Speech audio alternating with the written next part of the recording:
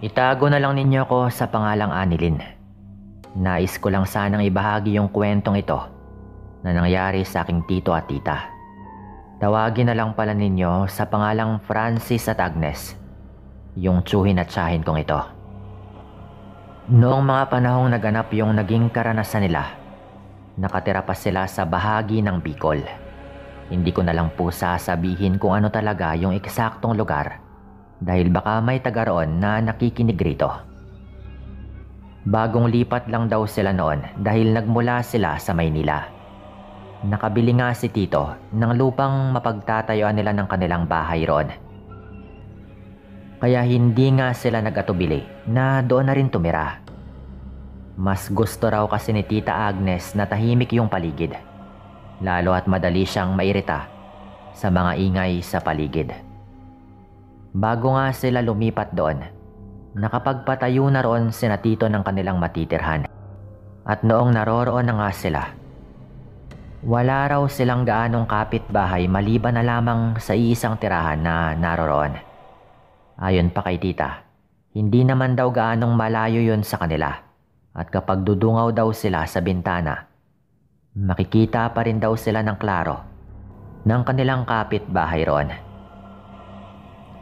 Isang umaga, umuwi mula sa kanyang trabaho sa bayan si tito. At meron daw siyang dalang telebisyon. Pagkababa pa lang daw niya sa tricycle, napatitig daw yung mga tao roon sa kanya. Hindi na lang niya pinansin yon at naglakad na lamang siya patungo sa kanilang bahay. Medyo malayo-layo kasi sa kalsada yung bahay nila at ilang minuto pa yung kanyang lalakarin para makarating doon. Habang naglalakad, napansin niya na ang isa sa kanilang kapitbahay ay naglalakad din patungo sa kanyang direksyon. Inisip ng aking tsuhin na baka may pupuntahan ito. Kaya't noong malapit na nga sila sa isa't isa, binati yun ni tito at tinanong kung saan nga ba ito pupunta. Sabi naman ng kapitbahay nila ay may bibilhin lamang daw ito at medyo malayo-layo pa yung tindahan doon. Nang mapansin ng kanilang kapitbahay yung dala ni tito, napangiti yun siya nagbiro kung pwede ba siyang makinood sa kanila. Dahil bihira lamang noon yung nagkakaroon ng telebisyon, hindi naman daw yun pinagdamot ni tito. Sinabi niya roon na pumunta lamang daw ito sa kanilang bahay kung nais niyang makinood. Dagdag pa nga ng asawa ng tiyahin ko ay mainam ngang may kasama raw si tita sa panonood kapag wala siya roon sa bahay at nasa trabaho. Nagpasalamat naman daw yung kanilang kapitbahay noon at naglakad na rin palayo. Nagmadali naman noong maglakad si tito at nang makarating na nga siya sa kanilang bahay, agad niyang ipinakita kay tita kung ano man yung kanyang dala. Natuwa naman noon yung aking tiyahin at sinabi na subukan na raw nila yon upang makapanood na nga ito. Napatango naman yung tsuhin ko at inihanda na nga lahat ng dapat ayusin upang gumana na iyon. Ayon kay tito, dahil may trabaho ito sa bayan, yun na muna yung magiging libangan ng aking tiyahin. Sinabi pa niya na nakasalubong niya ang isa nilang kapitbahay at baka makikinood daw ito. Sinabi naman ng tiyahin ko na walang problema at mainam nga yun para may kasama siya sa panonood. At noong gabing yon, nanonood na nga raw silang dalawa habang kumakain ng hapunan. Ngunit dahil hindi naman pumunta yung kanilang kapitbahay, mga bandang 9:00 ay pinatay na raw nila yon. Dahil pagod nga yung tsuhin ko, nagpasya na rin po silang matulog. Maging yung tiyahin ko naman ay inaantok na rin dahil mula raw nang makalipat sila roon ay hindi na siya gaanong nakakatulog. Ayon pa nga sa kanya ay baka namamahay lang siya roon. At baka kailangan lang niyang mag-adjust ng mga ilan pang buwan. At magiging okay rin yung lahat. At makakatulog rin siya ng maayos. Pinili talaga ni tita ang makatulog at sa kabutihang palad naman, nakatulog naman daw siya. Yun nga lang. Halos oras-oras daw ay nagigising daw siya sa hindi niya malamang dahilan. Ayon pa sa kanya, malinsangan daw yung kanilang paligid. kaya't marahil daw ay hindi nga siya nakatulog ng maayos. At mga bandang 2:00 na po noon ng madaling araw, dahil nakakaramdam ng pagkaihi yung tsuhin ko, naisipan niyang bumangon para lumabas at tumungo sa may likod ng kanilang bahay. Dahil naroon nga po yung kanilang banyo. Saktong pagkalabas naman niya ay may kung ano siyang napansin sa hindi kalayuan.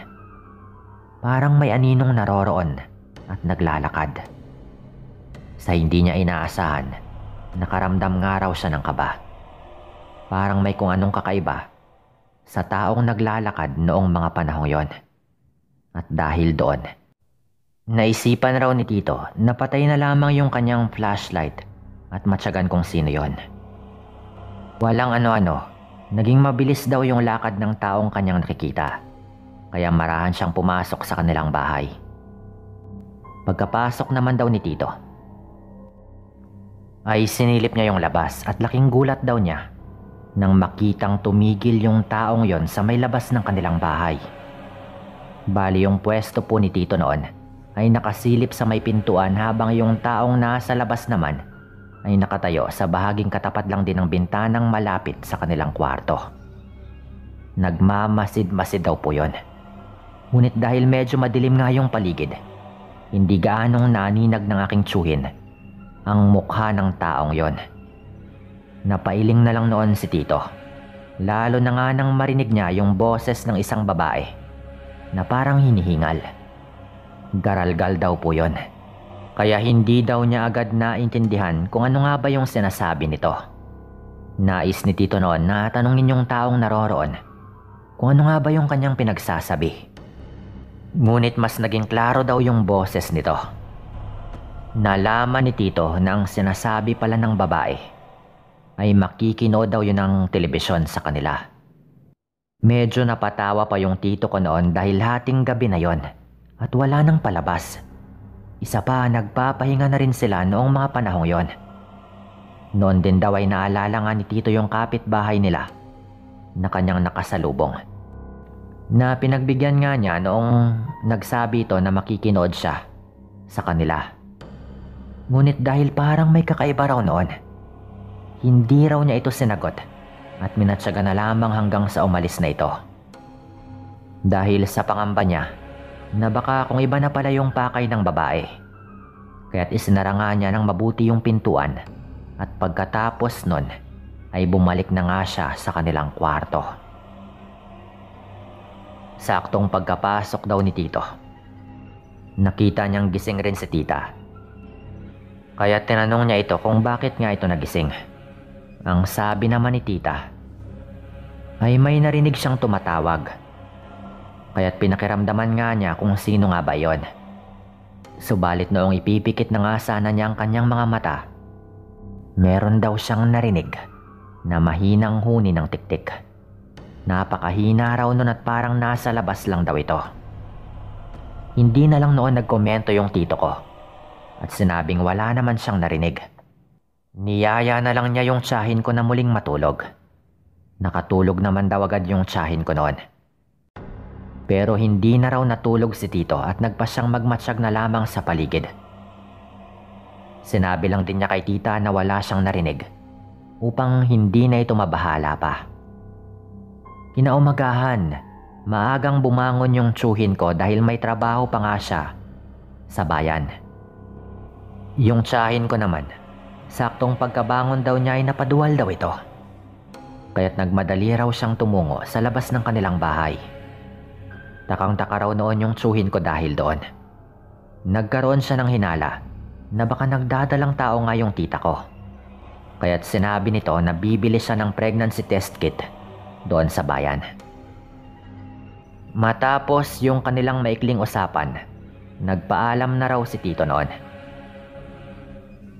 Pero bago ito tuluyang umalis, pinagsabihan nga niya yung tiyahin ko na isara yung mga pintuan at bintana.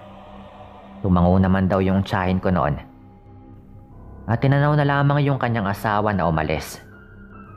Noong wala na nga raw si Tito, nagpasya raw siyang gawin na lamang yung mga gawaing bahay.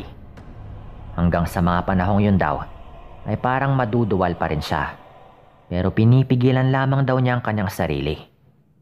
Ginugol na lang daw niya ang kanyang atensyon sa mga gawain sa loob ng kanilang bahay. Bandang 2:00 daw ng tanghali noon. Nakahiga raw yung tita ko sa may mahabang upuan habang nanonood ng telebisyon. At habang nasa ganong sitwasyon, nakarinig daw siya ng pagtawag sa may labas ng kanilang bahay. Kaya't pinagbuksan nga raw niya yon. Nang malaman naman ng tiyahin ko na ang kapitbahay nga nila yung makikinood pala ng TV, pinapasok naman daw niya ito sa kanilang bahay. Naging masaya daw yung kanilang pagkukwentuhan noon. At kung ano-ano nga raw yung kanilang pinag-usapan. Nang walang ano-ano, umawak raw sa tiyan ni tita yung ale. Napalunok pa raw yun ng kanyang laway bago ito tuluyang magsalita. Ayon pa sa ale, nagdadalang tao raw yung tiyahin ko. At mga nasa 2 o 3 buwan pa lamang daw. Napakunot naman ang noo yung tiyahin ko noon. Iniisip niya na baka nakasalubong nga ng ali yung tsuhin ko at napagkwentuhan nila yung tungkol doon. Kaya't napangiti na lang daw siya at napatango. Ang sabi pa nga ng ali, ingatan daw ni tita yung kanyang dinadala dahil maselan daw yon, lalo pat yun nga yung unang pagkakataon na nabuntis ito. Sa buong maghapong yon daw, halos tawanan lamang daw sila ng tawanan ng ale. Kung ano-ano daw kasi yung kwento nito. Kaya't nakapalagayan na rin daw siya ng loob ni tita. Nang lumaon, nagpaalam yung ale na uuwi raw muna at magsasaing. Kaya tinayaan na nga siya ni tita na umalis. Noong wala na raw ito, doon na napaisip yung tiyahin ko. Ang boses daw kasi ng aling yon ay katulad ng boses na narinig niyang tumatawag sa kanya. Kinikilabutan man dahil sa mga iniisip nito, hindi na nga niya yon pinagtuunan pa ng pansin. Dahil malapit na ring mag-5 noon, nagpasya na lang daw si tita na magluto na ng kanilang magiging hapunan. Pagdating daw noon ni tito, agad silang naghapunan kahit hindi pa yon gaanong madilim. Masaya naman daw na ikwento ni tita ang patungkol sa naging usapan nila ng aling nakinood ng telebisyon. Nasa ganoon nga silang sitwasyon nang nabanggit ni tita na sinabi naman ng alin na nagdadalang tao raw siya. Nagtaka naman daw yung tsuhin ko noon dahil maging sila hindi pa nga raw sigurado. Napatanong na lang daw si tito kung paano nga nalaman ng ali yung kalagayan ng aking tiyahin. Subalit yung kanilang mga katanungan ay nasagot noong pagkalipas ng mga ilan pang buwan. Patuloy pa rin namang nakikinood yung ali sa kanila. Nakumpirma na nga ni na tita na base nga sa pregnancy test ay nagdadalang tao raw ito. Doon nga sila nabahala dahil tuwing hating gabi raw, mga hanggang 3:00 din ng madaling araw, ay may naglalakad daw sa labas ng kanilang bahay. At tawag daw yun ang tawag. Madalas pa raw nasabihin ng mapanlinlang na nilalang na makikinood daw ito ng telebisyon. Ngunit dahil nga alam ni na tita ang patungkol sa mga aswang, ay hindi nga nila yun pinagbubuksan at hindi rin daw nila sinasagot. Ayon pa kay tito, wag lamang daw magkaroon ng masamang pangyayari kay tita at sa dinadala nito. Dahil kapag siya raw yung napuno, ay papatayin niya yung aswang na yon kahit natagaroon pa yon. Sa kanilang pagkakatanda, mga nasa 6 hanggang 7 buwan na raw yung sanggol sa kanyang sinapupunan noong may mangyari. Gabi na raw noon at nakahiga na nga si na tita. Nagtaka pa raw sila noon kung bakit hindi raw nakapunta sa kanila ang kanilang kapitbahay para makinood. Iniisip na lamang daw nila na baka naging abala na raw yon. Dahil wala namang rason para magtampo yon sa kanila. Hindi pa rin daw kasi nila nakokonekta yung mga nangyayari dahil mabait naman daw yung kapitbahay nila. Kaya't parang tinanggal nga nila sa kanilang mga iniisip at mga duda na siya nga yung naglalakad tuwing gabi at umaaligid sa kanilang bahay. Matutulog na raw sana silang dalawa noon nang makarinig ulit sila ng mga yabag sa may labas ng kanilang bahay. Parang hindi raw mapakali yon, kaya sinubukan na nga ring sumilip ni tito. Laking gulat niya noon nang makita yung alin na naroroon at pabalik-balik. Panay rin daw yung pagsabunot nito sa kanyang buhok at kamot din daw yun ng kamot sa kanyang katawan. Tatawagin na raw sana yun ni Tito, ngunit bigla ang nagreklamo si Tita na masakit daw yung kanyang tiyan. Naninigas daw yon ng sobra at parang hinihiwa mula sa loob. Doon na nga napamura ng malakas yung tsuhin ko. Wala siyang naging pakialam kung ano nga ba yung sasabihin ng kanilang kapitbahay kung marinig man siya nito. Hindi tumigil sa pagmumura yung aking tsuhin at nilalakipan pa raw niya yon ng pangalan ng kanilang kapitbahay na yon na nakita na nga po niya mismo na yun din yung naglalakad ng pabalik-balik sa may labas ng kanilang bahay. Habang ginagawa raw yun ni Tito ay sumisili pa rin daw siya sa may labas ng bahay. At dahil hindi pa rin daw noon umaalis yung aling yon, doon na nga naisipan ng tsuhin ko na kumuha na nga ng itak at hasaan. Hinasa raw niya yung itak na yon at sinabihan yung aswang na kung hindi ito aalis ay lalabas siya para harapin yon. Nagbanta rin daw siya sa alin na kung hindi pa rin daw ito titigil sa kanyang mga ginagawa ay ipapaalam na nga niya sa lahat ng kanilang kababaryo na isa itong aswang. Nung unay nagmatigas pa raw ito. Inisip pa noon ni Tito na baka lalaban yon dahil yun daw yung sabi ng iba kapag hinahasaan daw ng kung anumang patalim yung aswang ay lalo raw silang nagagalit. Subalit nang tawagin siyang aswang ni Tito at nilakipan pa nga ng kanyang pangalan ay doon na raw ito parang nakaramdam ng takot. Lalabas na sana noon yung tsuhin ko nang makita niyang umalis nga yung ali at nagmamadali. Hindi niya iwinaglit yung kanyang titig doon at dahil medyo maliwanag nga yung buwan, nakita niya ito habang papalayo. At sa hindi raw inaasahan ni Tito, kitang-kita raw niya na unti-unting yumuko yung ali hanggang bigla na lang daw yung nawala na parang nagpalit ng anyo. Pupuntahan pa raw sana ni Tito pero dahil medyo nakalayo na yon, minabuti niyang wag na lamang.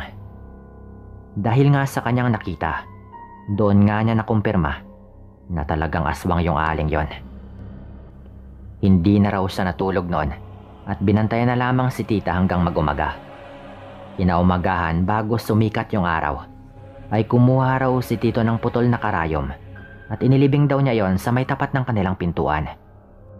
Dahil tinuro raw sa kanya yon ng isang albularyo. At mula noong gawin nga niya yon, kahit kailan daw ay hindi na nga nakinood sa kanila yung aling yon. Pero marahil ay nahiya na rin daw ito dahil alam niya na alam na rin ng mag-asawa ang kanyang tinatagong lihim at ang kanyang pinagagawa tuwing gabi.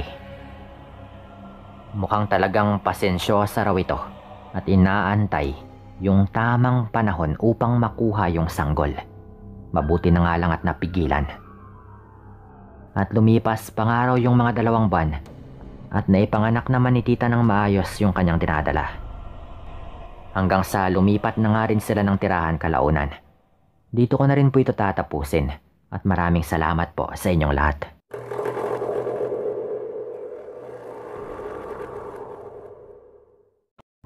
Tulad sa karamihan ng mga nagpadala ng kwento dito, ako man ay hindi rin naniniwala noon sa mga aswang.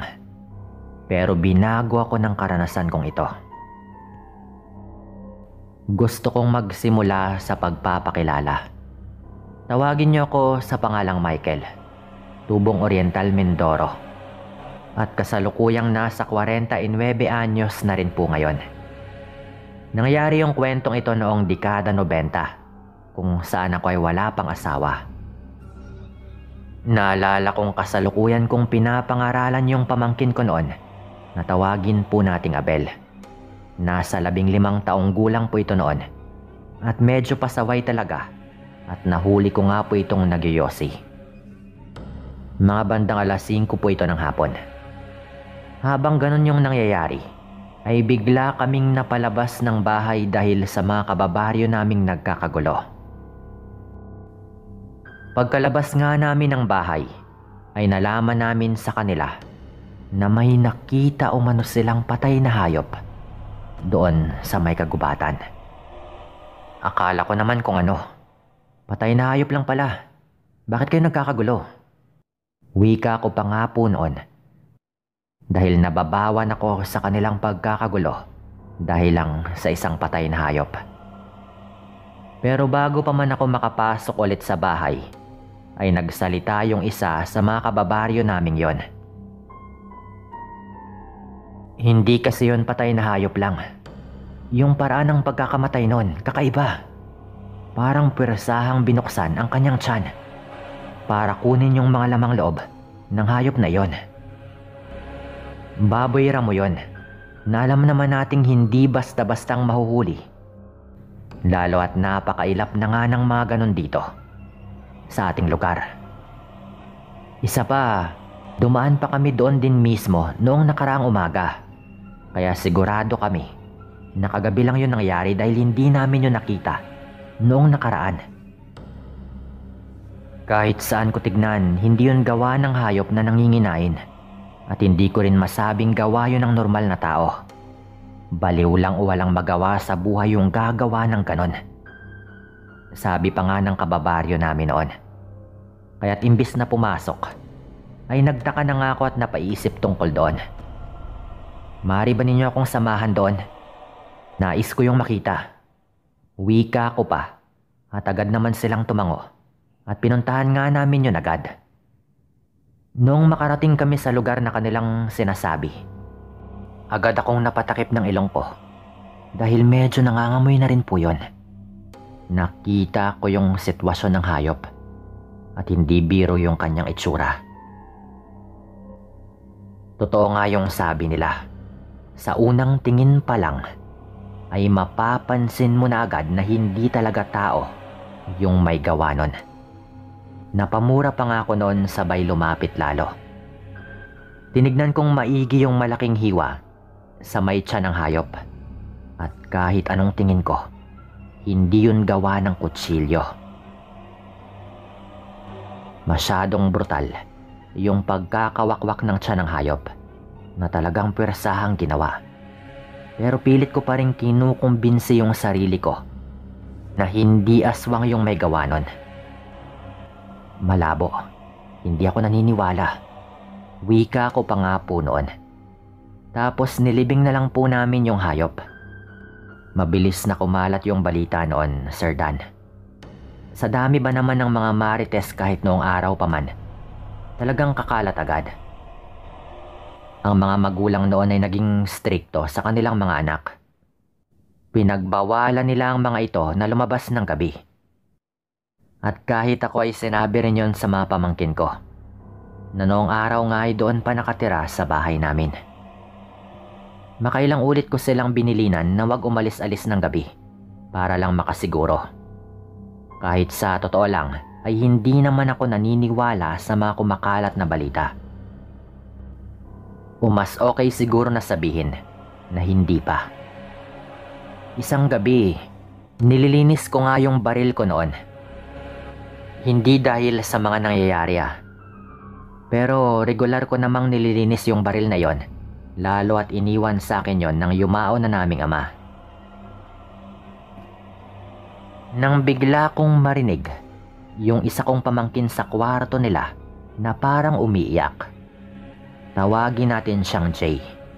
Kapatid siya ni Abel at sila nga yung magkasama sa kwarto. Ang mga magulang po nila ay hiwalay na at sila po ay nakatira sa bahay. 5 taong gulang lang yung batang ito noon, kaya't umiiyak ito at wala daw doon yung kanyang kuya.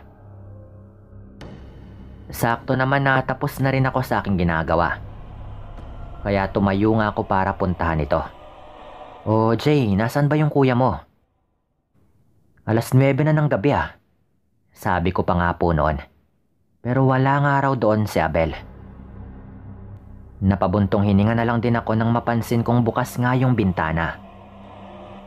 Mukhang doon na naman dumaan si Abel para tumakas at tumambay sa labas ng bahay. Pinalipat ko muna noon si Jay doon sa kwarto ng kanyang ate at agaran ko ngang isinara ang nakabukas na bintana ng kwarto. Nagdesisyon na rin po ako noon Nahanapin yung pamangkin ko at makakatikim na naman ng pangaral sa akin yon. Agad kong kinuha yung baril ko at isinukbit sa may tagiliran ko. Sabay lumabas na nga ako ng bahay. Nilako yung pinto at dinala ko na lang yung susi. Agad ko namang tinumbok yung tambayan ng pamangkin ko kasama yung kanyang mga barkada. Pagdating ko doon, naabutan ko nga yung mga kaibigan niya doon. Pero wala doon si Abel. Nagtanong ako sa kanila kung nasaan na nga ba yung pamangkin ko. At kung nagpunta ba ito doon. Ang sabi nga ng mga kaibigan niya ay nagpunta nga raw doon si Abel, pero umalis na raw ito. Umuwi na ba? Bakit hindi ko siya nakasalubong? Tanong ko pa, at tikom naman yung bibig ng mga ito na parang merong tinatago. Doon ko nga sila pinilit na magsalita. Inaya niya kaming magharana doon sa babaeng kanyang gusto. Kaso lang tumanggi po kami. Lalo at delikado po yung lola ng babaeng yon. Ang kaso, nagpumilit siyang umalis. Dinala pa nga po niya yung gitara ko eh. Wika ng isang barkada ni Abel. Nagulat ako noon na may nililigawan na pala yung pamangkin ko. At talagang umalis siya upang magharana ng mag-isa. Ganun ba? Pero bakit niyo nasabing delikado yung lola ng babaeng kanyang gusto? Ano bang meron doon? At sino nga ba ito? Tanong ko pa nga po noon sa kanila. Si Carmen po. Di ba aswang daw yung lola nun? Yung si Lola Marieta. Wika naman po nila. Narinig ko naman din yung mga kwento-kwento na aswang araw yung matanda. Pero mahirap ding magsalita lalo at kaibigan ko nga yung anak nito. Hindi yun totoo. Sige na, mag-uwian na kayo. At malamang tumakas lang din kayo sa inyo. Ako nang bahala sa pamangkin ko. Hindi nyo man lang siya sinamahan. Sabi ko pa nga po noon. Sabay umalis na rin ako. Medyo mabilis yung paglalakad ko noon papunta doon sa bahay nila Carmen. Tong bata naman na ito. Hindi pa nga siguro marunong magsaing to eh. Tapos naliligaw na. Sabi ko pa nga po noon sa sarili ko. At gusto ko lamang na matapos na at makauwi na para makapagpahinga. Noong matanaw ko nga yung bahay nila Carmen, agad naman akong nakarinig ng mga sigaw noon. Agaran akong naalerto, lalo at kilalang kilala ko yung boses na yon. Kay Abel po yon. At hindi po yun ang gagaling doon banda sa bahay nila Carmen, kundi sa kalapit na kakahuyan. Litong-lito ako noon kung bakit doon yung nagmumula, pero dahil kilala ko nga yung boses, ay hindi na ako nag-atubili pang puntahan yon. Hindi ako sumigaw noon para tawagin ito. Ayokong ipaalam na naroroon ako dahil batid kong nasa panganib yung buhay nito. Kung ano man yung dahilan, ay agaran ko ring malalaman. Nakarinig pa nga ako ulit ng sigaw mula kay Abel noon, na parang merong humahabol sa kanya. At talagang takot yung boses nito. Hawak-hawak yung flashlight ay sinuong ko nga yung kakahuyan. Hanggang sa tumigil na lang bigla si Abel sa kanyang mga sigaw. Lalo na nga akong kinabahan noon.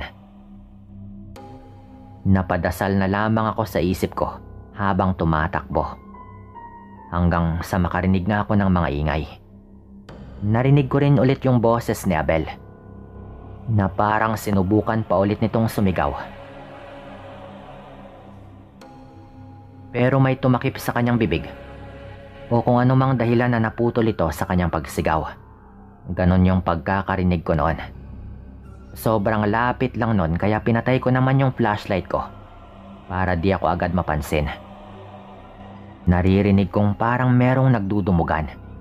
Kahit kasi 15 ay medyo malaki din yung pangangatawan ni Abel, na alam kong lalaban ito kahit papano. Agaran kong nilapitan yon, kahit bahagya ko lang na naaaninag kung nasaan nga sila banda. At mabilis kong ang ginamit ulit yung aking flashlight at inilawan sila. Nataranta ko agad noon at napamura sa aking nakita nung inilawan ko. Ang pamangkin ko. Sinasakal siya ng isang nakakapangilabot na matanda. Matandang babae.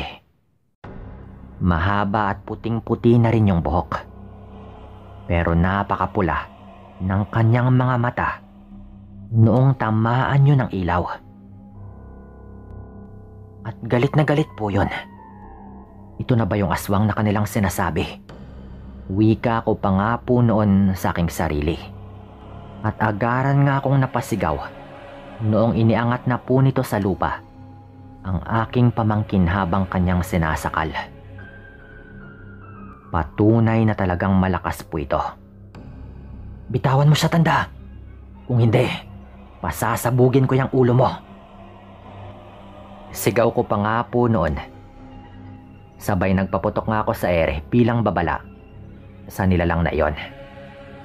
Nang mga sandali pong yon, sinasabi ko sa iyo, Sir Dan, handa akong iputok yon sa ulo ng aswang na yon kapag hindi pa niya agarang bitawan yung aking pamangkin. Alam niyang desidido akong gawin yon nung lumingon ito sa akin. Kaya't mabilisan niyang ibinaba si Abel sa pagkakaangat nito sa lupa. Pero hindi po niya yon binitawan. Yakap-yakap niya yung pamangkin ko habang nagtatago siya sa likod nito at nakaharap silang dalawa sa akin. Dahil doon ay mas nakita ko na nga po yung mukha ng matanda.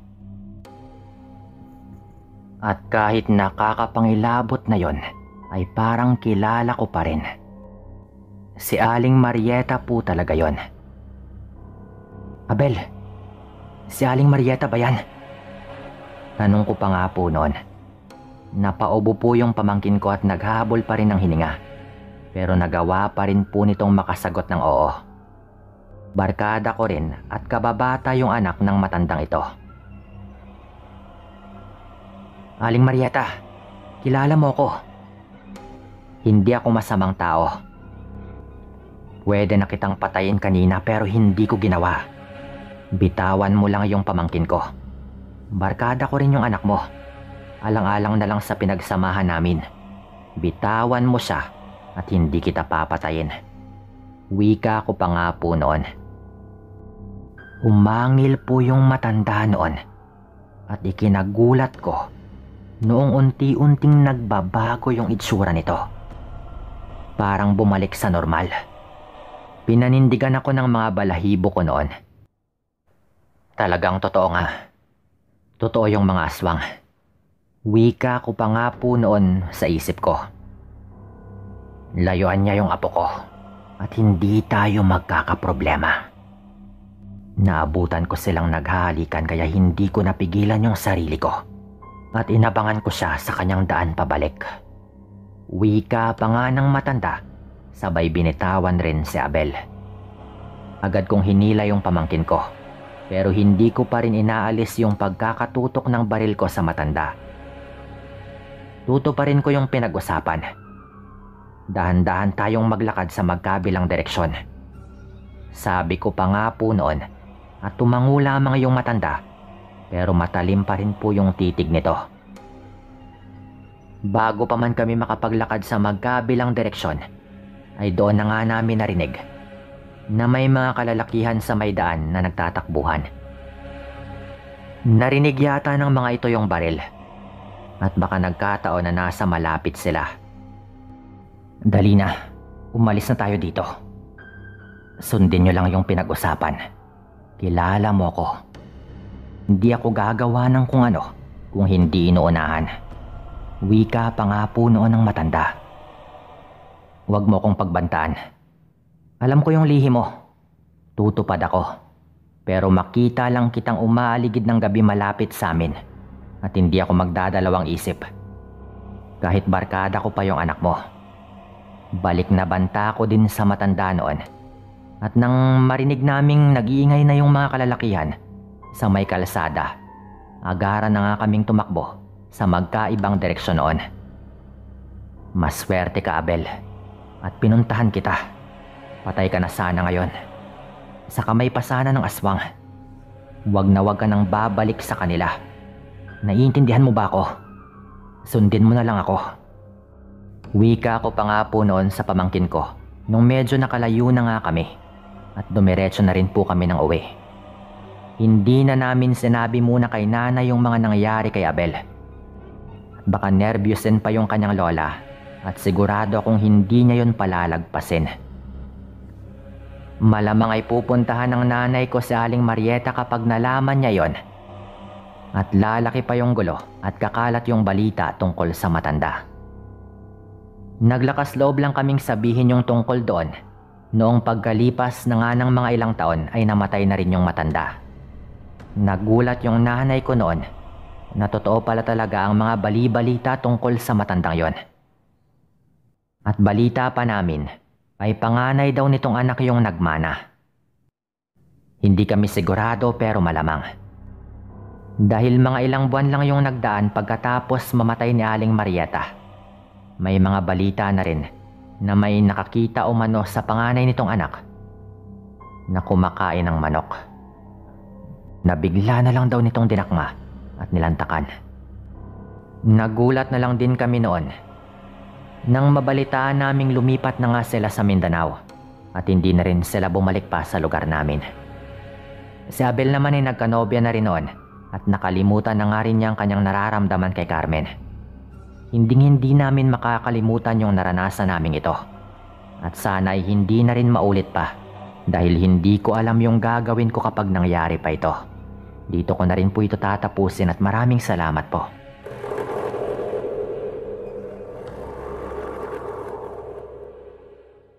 Magpapakilala muna ako.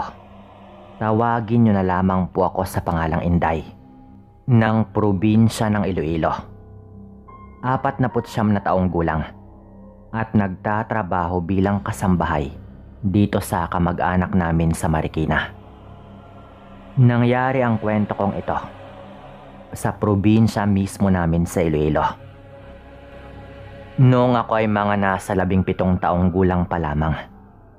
Kaya mga 30 mahigit taon na ang nakaraan kung hindi ako nagkakamali. Itong mga panahon na ito ay tumigil na ako sa pag-aaral. Hanggang unang taon ko lang kasi sa kolehiyo ang aking tinapos. Ayaw man ng mga magulang ko ay wala pa rin silang magawa, kundi patigilin na lang ako sa pag-aaral dahil wala kaming panggastos.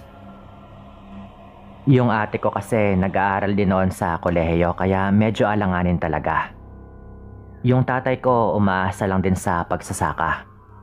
At ang nanay ko naman ay isang dakilang labandera. Marangal na mga trabaho pero hindi talaga namin kinakaya. Lalo at meron din akong mga nakababata pang kapatid na nag-aaral din. Sa gastusin pa lang namin araw-araw, medyo hirap na kami noon eh. Doon banda sa akin nalalagyan namin, 2 lang ang bahay.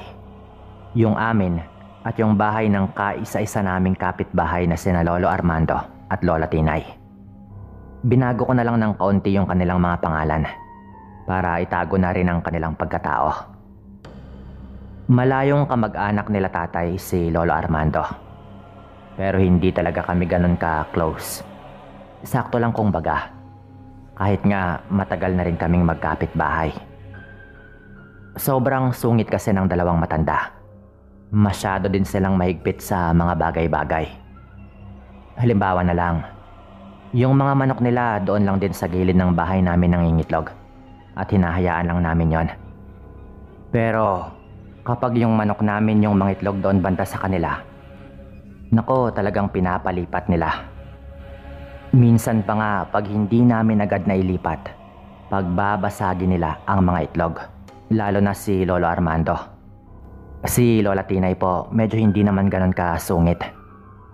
Ganun po yung ugali ng 2. Pero iniintindi na lang po namin. Lalo at tumatanda na nga rin talaga sila. Noong mga panahon po na iyon, nasa 80 mahigit na sila pareho.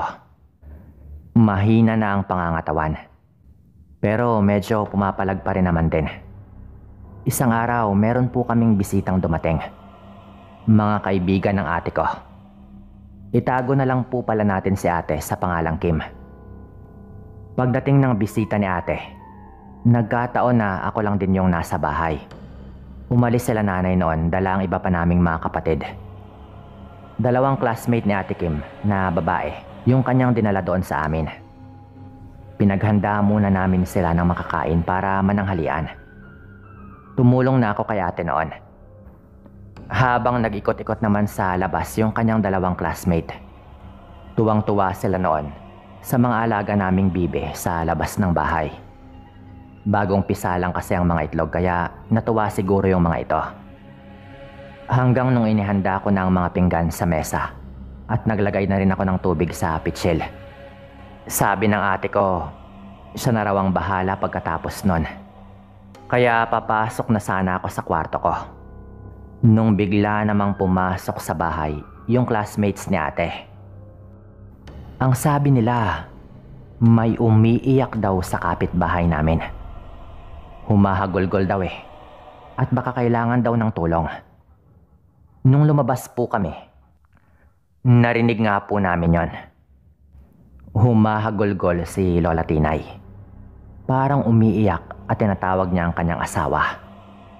Nung tignan po namin sa kanila, naabutan naming yakap-yakap nito si Lolo Armando. Hindi na raw kasi humihinga. Sinubukan ko pa pong pulsuhan pero wala na po talaga, Sir Dan. Kahit babae, nagmadali akong tumakbo para humingi ng tulong sa kapitan ng barangay namin.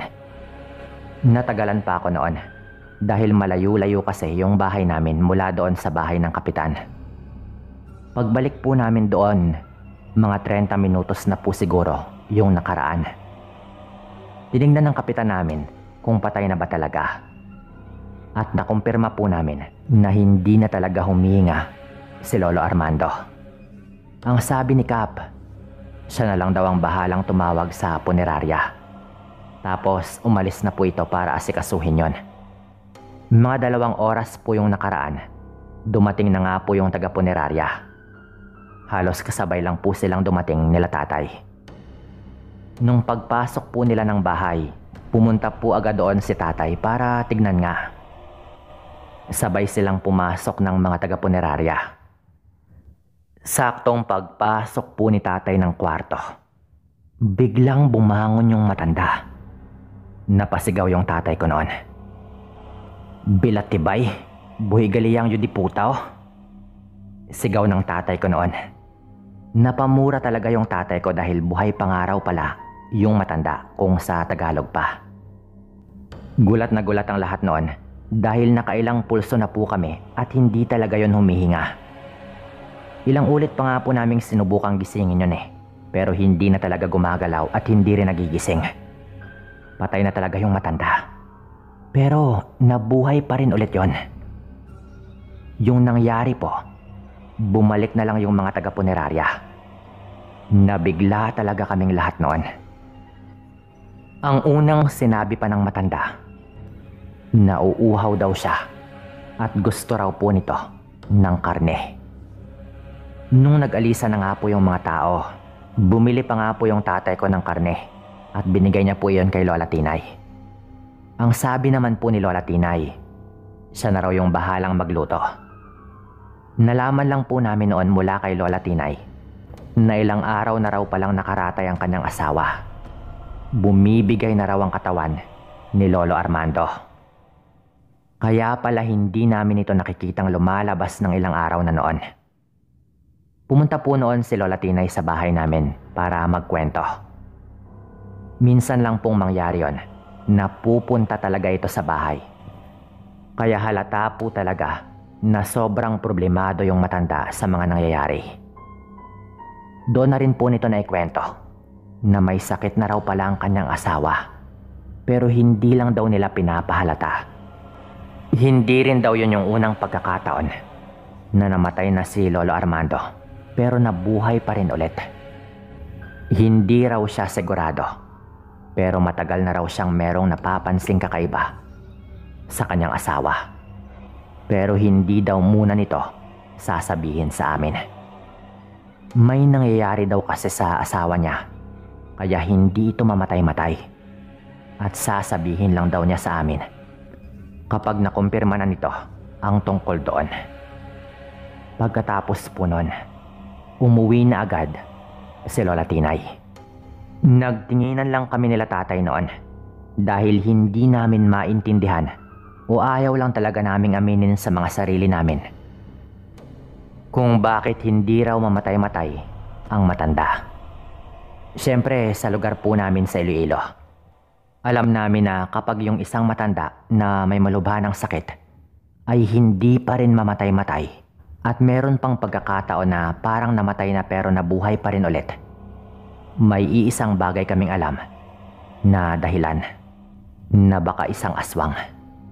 Dahil alam po ninyo, kapag yung isang aswang na bumibigay na yung katawan ay hindi pa rin naisalin sa iba ang kanyang pagkaaswang, hindi daw talaga ito mamatay-matay hanggat hindi niya mailipat sa iba. Madalas pa sa kanyang kadugo mismo. Ang problema, wala na silang anak. Yung kaisa-isa nilang anak ay namatay rin sa sakit matagal na panahon na. Kung may sasaluman, walang iba kundi si Lola Tinay. Yan ay kung ipagpalagay muna natin na hindi rin siya aswang. Duda namin hindi pa. Dahil kung aswang na siya, wala siyang dahilan para sabihin sa amin ang mga nalaman niya sa kanyang asawa. Nung gumabi na, nagulat kami dahil merong kumatok sa pinto namin. Walang iba kundi si Lola Tinay. Meron daw siyang importanteng sasabihin kay tatay. Naupo kami noon sa may sala. Ang sabi ng matanda, yung karne daw na ibinigay ni tatay, nalulutuin na sana niya. Naabutan daw niyang kinakain na ng hilaw ng kanyang asawa. Bukod pa doon, ibang-iba daw yung itsura ng kanyang asawa nung ginagawa niya iyon. Parang hayop daw na uhaw. Nilantakan daw niya yung karne nang walang habas. Hindi niya alam na nakita na siya ng kanyang asawa. Yung nakakatakot po doon, nanginginig na raw yung kamay ng matanda na parang hinang-hinana at hindi na talaga kinakaya ng kanyang katawan. Pero nagawa pa rin niyang kumain ng hilaw na karne. Ang sabi ni Lola Tinay, kumpirmado raw. Aswang nga talaga yung kanyang asawa. Nakita rin daw niya mismo yung nakakatakot nitong mukha. Kaya raw pala minsan ay nawawala ito kapag hating gabi. At nagtataka na rin daw si Lola Tinay noon kung saan ito nanggagaling sa kanyang pag-uwi. Sinabihan agad ni tatay noon si Lola Tinay na kahit anong mangyari, kapag sinabihan siya ni Lolo Armando na tanggapin ang pag-aswang, ay tanggihan na dapat nito. Pinaulit-ulit yun ng tatay ko sa kanya at wag na wag daw siyang magpadala sa awa sa kanyang asawa. Umiiyak noon si Lola Tinay. Hanggang sa sumunod na gabi, napadaan po kami doon ni nanay. Bumili kami ng pang-ulam noon sa hapunan. Nung marinig ulit namin na umiiyak si Lola Tinay at ang sabi nito, "Hindi nga pwede. Hindi ko pwedeng tanggapin yan. Ayokong maging katulad mo." Narinig po naming sabi ni Lola Tinay noon. Mukhang pinipilit siya ni Lolo Armando na tanggapin na ang pagkaaswang. Nagmadali kaming umuwi noon at sinabi namin kay tatay ang aming narinig. Siyempre, nag-alala po yung tatay ko para kay Lola Tinay. Ito ay sa kabila ng katotohanan na si Lolo Armando naman talaga yung kamag-anak ng tatay ko. Yung ginawa po namin, nagmadali kaming pumunta doon sa kabilang bahay. 3 kami nila tatay at nanay. Hindi na kumatok si tatay at hindi naman nakalak yung pinto. Diretso na po kami noon at doon po namin naabutan ang nakakakilabot na bagay. Inihila ni Lolo Armando si Lola Tinay palapit sa kanya habang nasa higaan po ito. Nakabuka na po yung bunganga ni Lolo Armando noon. At yung mukha nito, nakakatakot talaga. Parang hindi na rin nanlalaban si Lola Tinay na siguro Talagang nagpadala na siya sa kanyang awa sa kanyang asawa. Dahil hindi pa rin ito makapagpahinga hanggat hindi niya naipapasa ang kanyang pagkaaswang. Agad na hinila ni tatay si Lola Tinay palayo sa kanyang asawa. At sa punto na iyon, nagalit si Lolo Armando. Kahit hinang-hinana, parang naging agresibo pa rin ito, na parang gusto nitong atakihin yung tatay ko. Habang naglalaway na ito, doon na nga siya tinulak ni tatay pabalik sa kanyang higaan. At agad na hinawakan ni tatay yung dalawang kamay nito at nilagay yon sa kanyang likuran. Sabay tinali yon gamit yung kumot mismo sa higaan. Inutusan kami ni tatay noon na magmadaling tumawag ng albularyo. Agad naman naming ginawa. Pagbalik po namin dala ang albularyo. Pagpasok pa lang po ng albularyo sa kwarto, ang sabi po nito, bumibigay ng araw yung katawan ng matanda. Pero walang duda daw na isa nga itong aswang. At yung pagkaaswang daw na ito, yung pumipigil sa matanda kaya hindi pa raw siya tuluyang nalalagutan ng kanyang hininga. Lumabas raw kaming lahat at meron daw siyang paraan na gagawin. Lumabas nga po kaming lahat noon. Ilang minuto ring nag-aangil si Lolo Armando na parang hirap na bago po ito tumahimik. Mga 20 minutos po. Lumabas na yung albularyo. Meron siyang hawak na bagay na binalot niya sa itim na tela. Tapos sumingi ito ng gaas at sinunog niya yon sa may likod ng bahay. Nung tignan namin sa loob ng kwarto, maayos na yung lagay ni Lolo Armando. Nagpahinga na ito at parang maliwalas naman ang kanyang mukha. Ang sabi ng albularyo, may paraan daw talaga na tanggalin ang pagkaaswang na hindi kailangang may bagong katawang tumanggap. Pero ang kapalit, mamamatay na raw ang orihinal na aswang. Ang sabi niya, mas maigi daw na ilihim na namin ang tungkol doon at ilibing na lang daw agad ang matanda. Sinunod po ni Lola Tinay ang lahat ng bili ng albularyo. At pagkatapos nga ng libing, umuwi na si Lola Tinay sa kanyang kapatid doon sa Guimaras. Totoo talaga ang tungkol sa pagpasang ginagawa ng aswang bago pa man sila mamatay. Sinasali nila ang kanilang pagkaaswang. Mabuti na lang at hindi yun nangyari kay Lola Tinay. Dito ko na rin po ito tatapusin, Sir Dan. Maraming salamat sa pagkakataon na ito at paalam.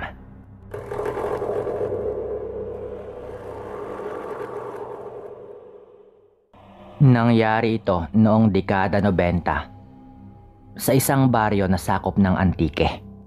18 po ako noon at 16 naman ang aking kapatid. Itago niyo po ako sa pangalang Albert, habang si Aljo naman po yung aking kapatid. Dalawa lang kaming magkapatid, parehong lalaki. Maaga pong nawala yung tatay namin. Sumakabilang bahay muna bago sumakabilang buhay. Nagkaroon po kasi ito ng kabit noon hanggang sa umabot po sa punto na iniwan po nito kami para doon sa kanyang kabit. Umalis po sila at nagkaroon po sila ng sariling anak. Hanggang sa isang umaga, nagulat na lang po kami nang may babaeng dumating sa bahay namin. Yung babae pong yon, yung kabit na pala mismo ng tatay ko. Kahit anong galit ang nararamdaman ko sa babaeng yon, bago ko po ito nakilala, nawala po yung lahat nung siya po mismo yung nagbalita sa amin sa nangyari nga po sa tatay ko.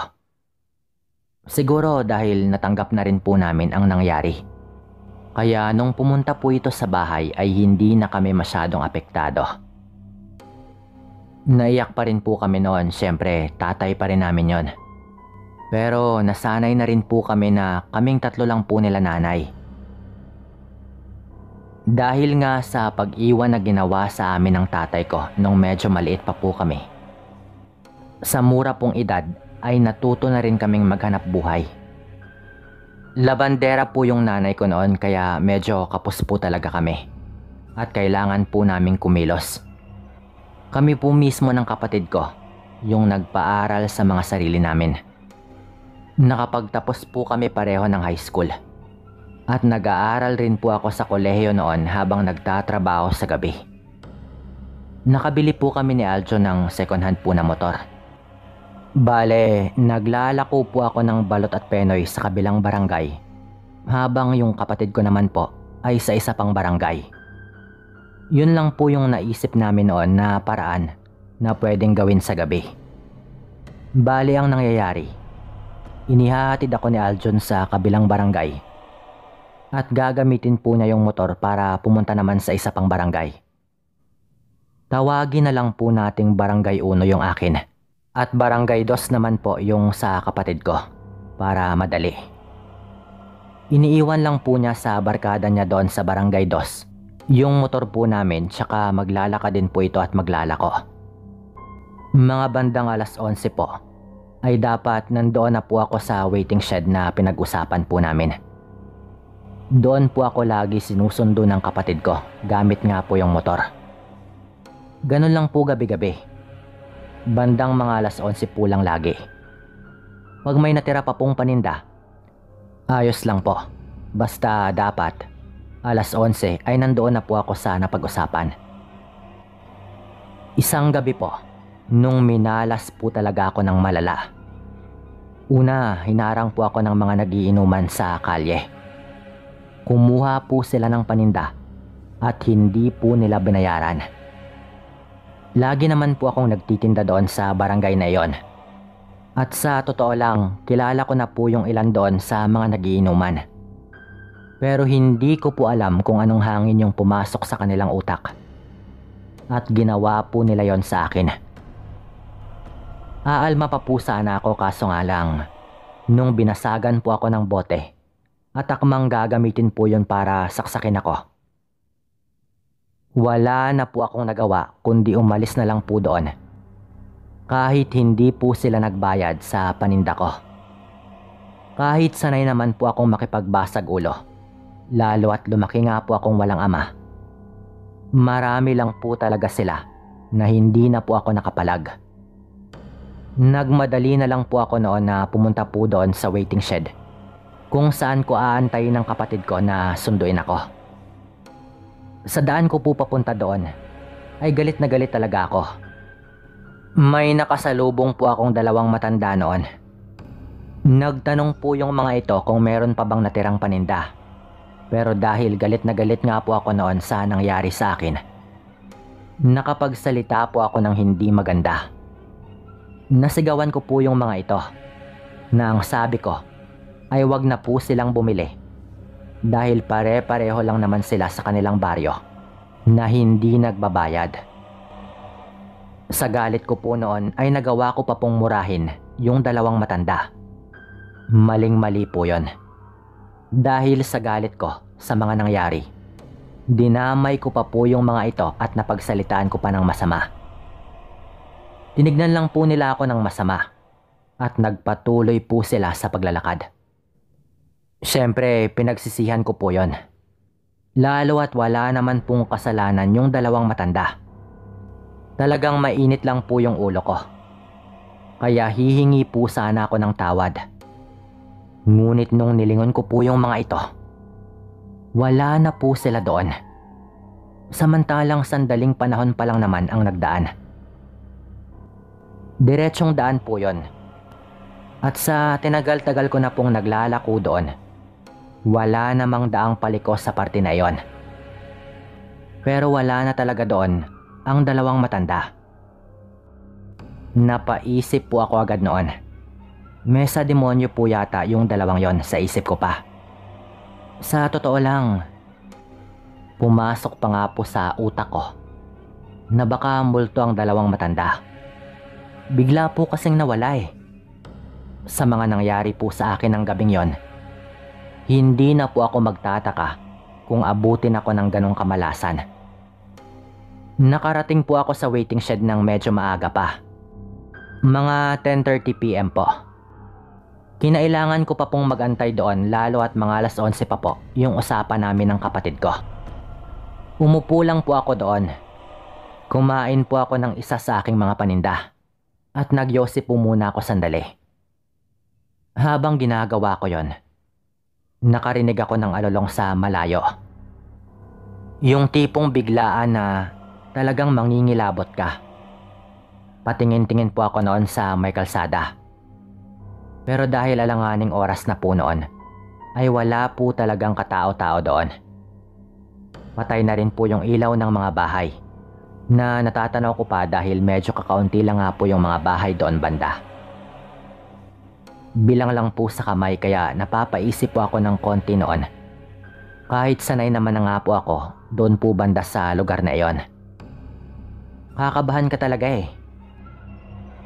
Malamig na nakakakilabot yung hampas ng hangin noon.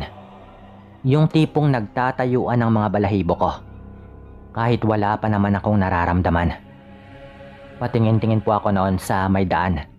Kung meron na bang motor na paparating. Pero wala. Hanggang sa nakaamoy po ako ng kakaiba. Mabahong amoy na parang sumusunod po sa hangin. Yun bang tipo na parang hindi sobrang lapit ang pinanggagalingan pero alam mong nasa paligid lang. Napatakip po ako noon sa aking ilong dahil parang yun pa lang po ang unang pagkakataon na nakaamoy po ako ng ganon. Lalo akong kinilabutan. Hinahampas-hampas po ng hangin yung mga sanga. Parang may kung ano doon eh. Hindi ko maipaliwanag pero parang may nakatingin sa akin. May ganon naman po siguro kayong karanasan. At kadalasan, tumatama talaga ang ganong kotob. Meron po akong dalang flashlight noon kaya ang ginawa ko, inisa-isa ko pong ilawan yung mga puno doon banda.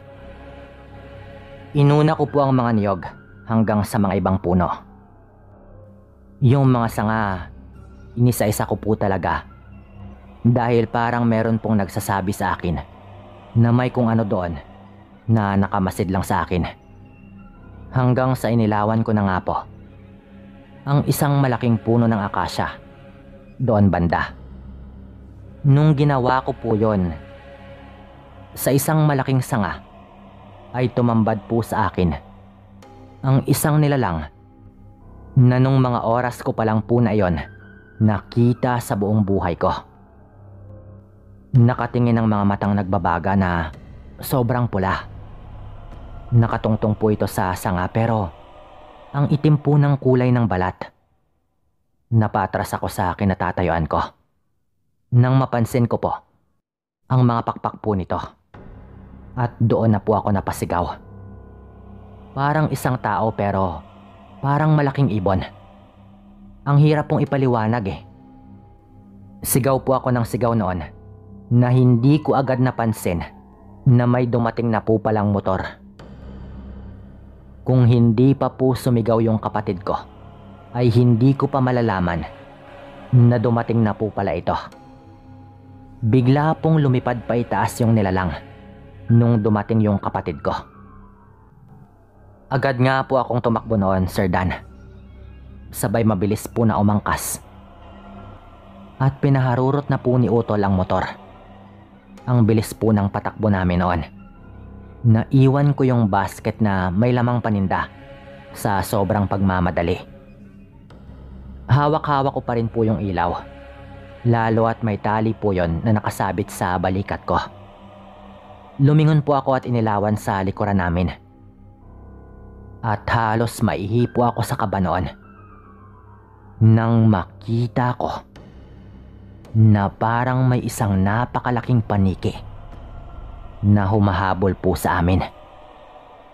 Nanginginig ang katawan ko noon. Yung patakbo po ng kapatid ko noon, halos paliparin na rin po nito yung motor. Sumisigaw rin po ito noon na wag lang daw sana kaming masiraan. Kahit ganun po kabilis yung pagpapatakbo namin, hindi po namin naiiwan yung humahabol sa amin. Mabilis po yung sumusunod. Nung nakalagpas na po kami sa may arko at nasa barangay na po namin kami mismo, andun pa rin po yung nakabuntot. Lalo at naririnig talaga namin yung ingay na ginagawa nun sa kanyang paglipad. Doon po kami dumiretso sa kilala po naming albularyo. Dahil malapit lang po yung bahay nito sa may bukana po ng baryo namin. Tawagin po natin siyang Mang Lucio. Yung kapatid ko po yung nakaisip na doon po kami pumunta. Nasira pa nga po yung gate ng bakod nito na gawa lang po sa kawayan nung binangga po namin yon ng motor. Nung nasa loob na po kami ng bakuran ng kababaryo naming albularyo, agad po itong nagising at lumabas. Nung nangyari po yon, bigla na lang pong tumahimik na hindi po namin alam kung saan nagpunta yung humahabol sa amin. Kahit natataranta ay humingi po kami ng tulong kay Mang Lucio. Napatingala lang po kami noon at akala po naming dalawa ng kapatid ko ay nawala na po ito. Pero kinuha po ni Mang Lucio yung ilaw sa kapatid ko. Sabay inilabas po nito ang kanyang kwintas. Nandito lang siya. Wika pa po ng albularyo. Sabay agad po na inilawan sa may niyog. At sa punto po na iyon, bigla na lang pong may lumipad palayo na parang napakalaking ibon. Ang bilis po nun na hindi po masundan ng ilaw. Doon pa lang po namin narinig ang napakalakas na huni ng wakwak na unti-unti pong lumalayo. Ang sabi po ng albularyo, mukhang natakot daw po ito. Nung sinabi ko po sa kanya ang mga nangyari, pinagalitan po ako ni Mang Lucio. Sa dami daw ng taong binastos ko, yung mga aswang pa raw talaga ang natsambahan ko. Ang sabi po nito, kahit saang baryo ka daw mapadpad, talagang dapat mag-ingat ka at maging magalang. Dahil baka hindi mo alam, hindi pala ordinaryo ang natsambahan mo. Sa tuwing pumupunta daw po ito sa kabilang baryo, marami daw talagang aswang doon. Ito po yung dahilan kung bakit tumigil na po kami ng kapatid ko sa pagtitinda ng balot noon. Nagtinda na lang po kami ng ihaw-ihaw sa harap po ng bahay namin at rumarakit din po sa mga sakahan. Kung hindi po maagang naubos yung paninda ng kapatid ko noon, hindi po siguro ganun kaaga yung pagsundo po nito sa akin sa kabilang barangay. Mabuti na lang nga po. Ito po yung kwento namin. Sana nagustuhan po ninyo. Albert po pala ulit. Salamat.